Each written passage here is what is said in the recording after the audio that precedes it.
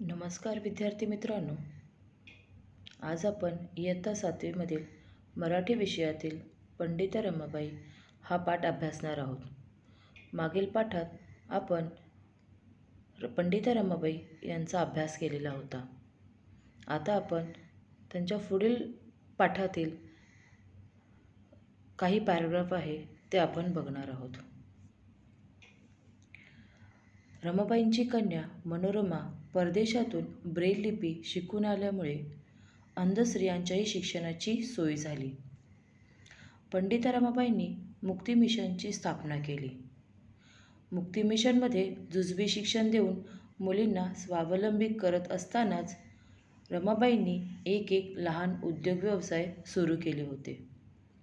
आता आपण पाहिलंच की रमाबाईंची कन्या मनोरमा ही परदेशात गेली होती आणि परदेशातून ती ब्रेल लिपी शिकून आली होती. त्याच्यामुळे ज्या अंध स्त्रिया होत्या त्यांच्याही शिक्षणाची सोय झाली होती. तसेच पंडिता रमाबाईंनी मुक्ती मिशनची पण स्थापना केली होती आणि त्या मुक्ती मिशनमध्ये स्त्रियांना जुजबी शिक्षण दिले जात होते आणि त्यातून एक लहान छोटे उद्योग व्यवसाय सुरू केले जात होते. तर ते कोणते व्यवसाय आहेत ते आपण बघूया.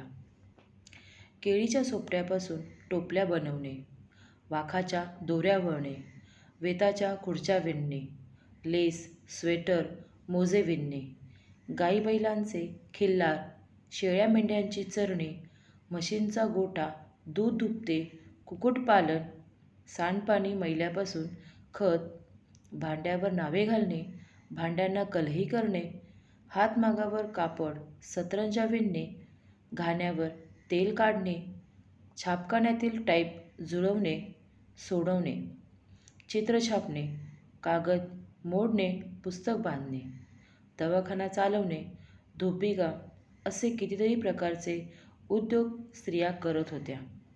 म्हणजेच जी मुक्ती मिशनची स्थापना त्यांनी केली होती त्या मुक्ती मिशन स्थापनेमधून अनेक लहान मोठे उद्योग व्यवसाय स्त्रियांना शिकवले जात होते.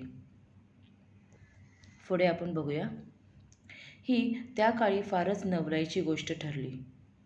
2,500 लोक बसू शकतील असे प्रार्थना मंदिर चर्च बांधताना काटकसर म्हणून रमाबाईंनी त्याचा आराखडा स्वतःच तयार केला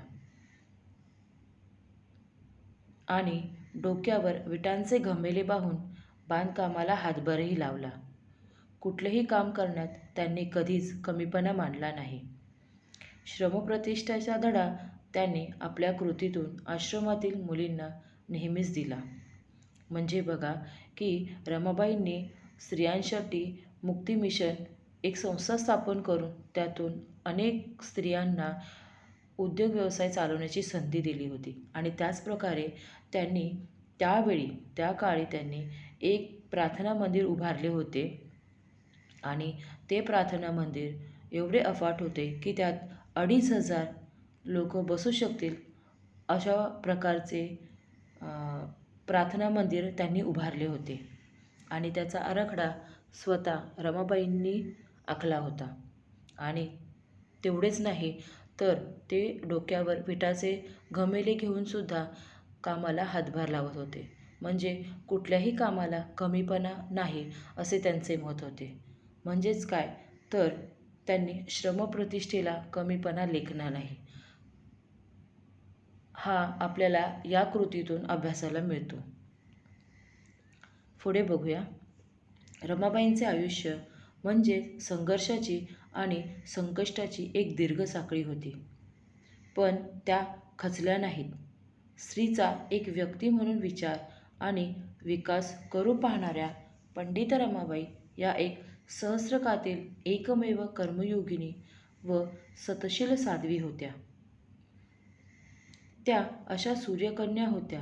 त्यांच्या नशिबी स्वतःच्या तेजामुळे आयुष्यात होरपळणे आले. पण त्यांनी अनेक वाळवंटी आयुष्याचे नंदनवन करत कित्येक काळोखी आयुष्ये उजळून टाकली होती. म्हणजेच काय तर रमाबाईंनी स्वतःच्या आयुष्यामध्ये अनेक संघर्ष ही केली होती पण त्या कधीही खचल्या नाहीत आणि त्यांनी स्वतःचं आयुष्य जाळून त्यांनी दुसऱ्यांना उजाळा देण्याचे काम केले होते आणि दुसऱ्यांच्या वाळवंटी आयुष्यामध्ये नंदनवन फुलवण्याचे काम पंडिता रमाबाईंनी केले होते. अशा या महान पंडिता रमाबाईंचा अभ्यास आपण आज पाहिला आहे.